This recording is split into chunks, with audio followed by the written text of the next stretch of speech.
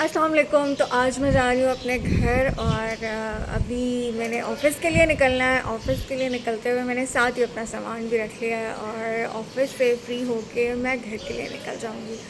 ईद पे घर जाने की एक्साइटमेंट डेफ़िनेटली आपको बहुत ज़्यादा होती है और मुझे भी हो रही है। बट आज अच्छी बात ये लग रही है कि मौसम काफ़ी अच्छा है। यहाँ पे बिल्ली आके मुझे हरासा कर रही है बार बार। वो अंदर आना चाह रही है और मैं यहाँ पे रास्ते में खड़ी हुई हूँ, ऐसे अंदर नहीं आने देना चाह रही।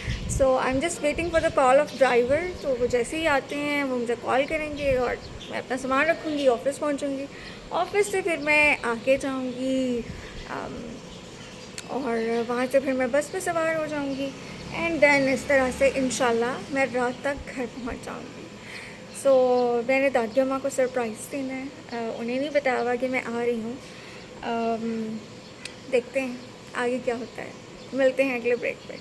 सो जैसे ही ड्राइवर की कॉल आई मैं आके गाड़ी में बैठ गई and I just enjoy the ride. क्योंकि जब आप खुश होते हैं ना तो आप हर चीज़ को एंजॉय कर रहे होते हैं। मौसम भी अच्छा था, नहर से गुजरते वक्त मैं रील्स बना रही थी साथ साथ में और ये बहुत ही खूबसूरत लग रहा होता है जब एक साइड पे नहर है, साथ में दरख्त हैं और आप बैठे हुए हैं और मौसम भी अच्छा है, हवा भी अच्छी चल रही है, तो बहुत ही मज़ा आता है।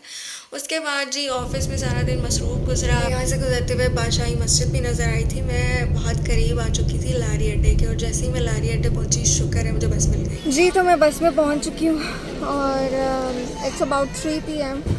अभी 1 घंटा रहता है बस चलने में तो।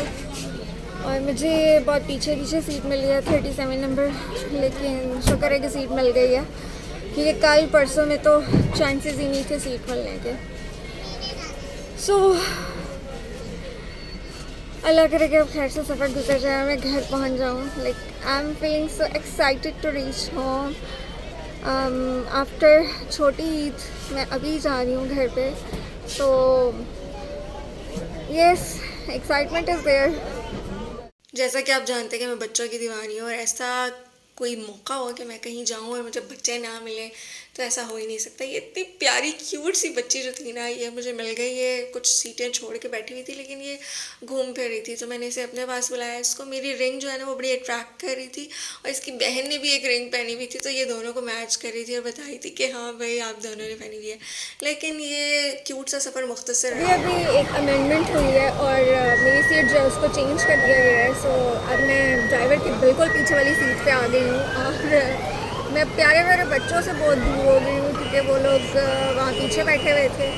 सो या ऐसा ही है। आगे अभी इतनी गर्मी है, लाइक जैसे ही हम थोड़ा आगे सफ़र शुरू होगा शायद हवा आएगी तो कुछ बेहतर फील होगा। अभी तो बस बुरी हालत है।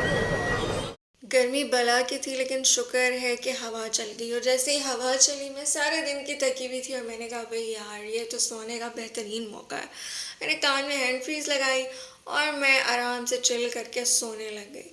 फिर कहाँ कब क्या क्या आया मैं ज़्यादा नोटिस नहीं कर सकी। मुझे तब मेरी आँख खुली जब हम खड़े हुए थे। आई गेस हमने पैल क्रॉस कर लिया था और यहाँ पे एक जगह पे हम रुकते होते हैं जहाँ पे लोग चाय शाय पीते हैं, रिफ़्रेश होते हैं।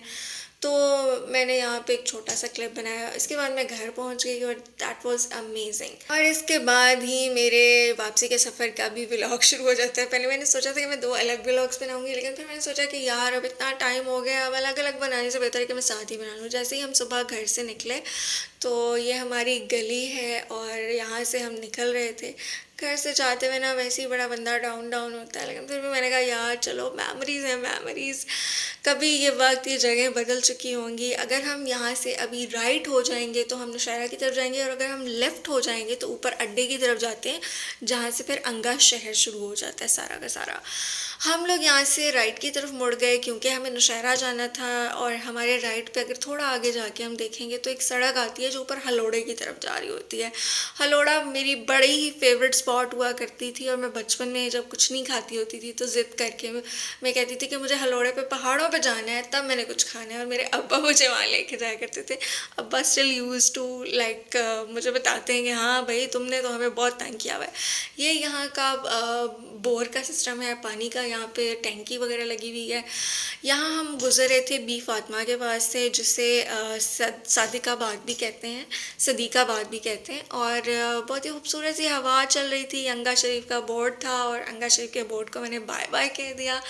आगे चल के हमें बी फातिमा वाला कब्रिस्तान मिलता है, उसको क्रॉस करके ये हम गुज़र रहे थे। यहाँ से हम उतर आए थे सोड़ी की पहाड़ी से और अब हम आगे जा रहे हैं शकरकोट और कुफरी की तरफ से। हमने इस दफ़ा शकरकोट से नहीं बल्कि कुफरी से जाने का इरादा किया, क्योंकि हमने बताया हुआ था कि यहाँ कुफरी मोड़ से ही मैं बैठ जाऊँगी, ईज़ी होता है, क्योंकि नौशहरा जाके रश बहुत ज़्यादा हो जाता है। सो जी मैं बस में बैठ गई थी, सवार हो गई थी और ये नौशहरा बिल्कुल हम पहुँचने वाले थे। नौशहरा पहुँच के जी सारा एक दफ़ा रुकते हैं, सारे लोग आके बैठ जाते हैं। तो बस इस वक्त ना दिल बड़ा बोझल होता है जब अपने घर वालों को आप बाय बाय कह चुके होते हैं और अब आपको पता होता है कि दोबारा से आप रूटीन लाइफ में जाने वाले हैं, फिर वही लाइफ होगी, फिर सारे काम होंगे। वो जो घर में आके अय्याशी वाला एक सीन होता है ना, वो सीन बस ख़त्म हो रहा होता है। उसके बाद दोबारा से जिम्मेदारियाँ, दोबारा से वही वाली लाइफ। सो नौशहरा में काफ़ी ज़्यादा डेवलपमेंट हो गई है, चीज़ें बेहतर हो गई हैं। तो इंशाल्लाह होप्स हो कि हमारी सड़कें जो हैं उनकी हालत भी बहुत जल्दी बेहतर हो जाएगी। और ये नादराबाजी को मैंने किया क्रॉस। इसके बाद आगे आ जाता है जी वाई क्रॉस। तो वाई क्रॉस पे सारे लोग जो हैं वो आते हैं और उसके बाद बस में सवार हो जाते हैं। फिर बस जो है वो आगे जाके चौक पे रुकती है, फिर वहाँ पे थोड़ी देर रुक के वहाँ से सवारियाँ बिठा के और बस चल पड़ती है नॉन स्टॉप। यहाँ पे मैं बैठ गई थी और सीट पे इस वक्त तक तो मैं अकेली थी। बाद एक यूनिवर्सिटी स्टूडेंट ने मुझे ज्वाइन किया और फिर मैं उसके साथ गपशप में मसरूफ़ हो गई। तो आज के लिए बाय बाय।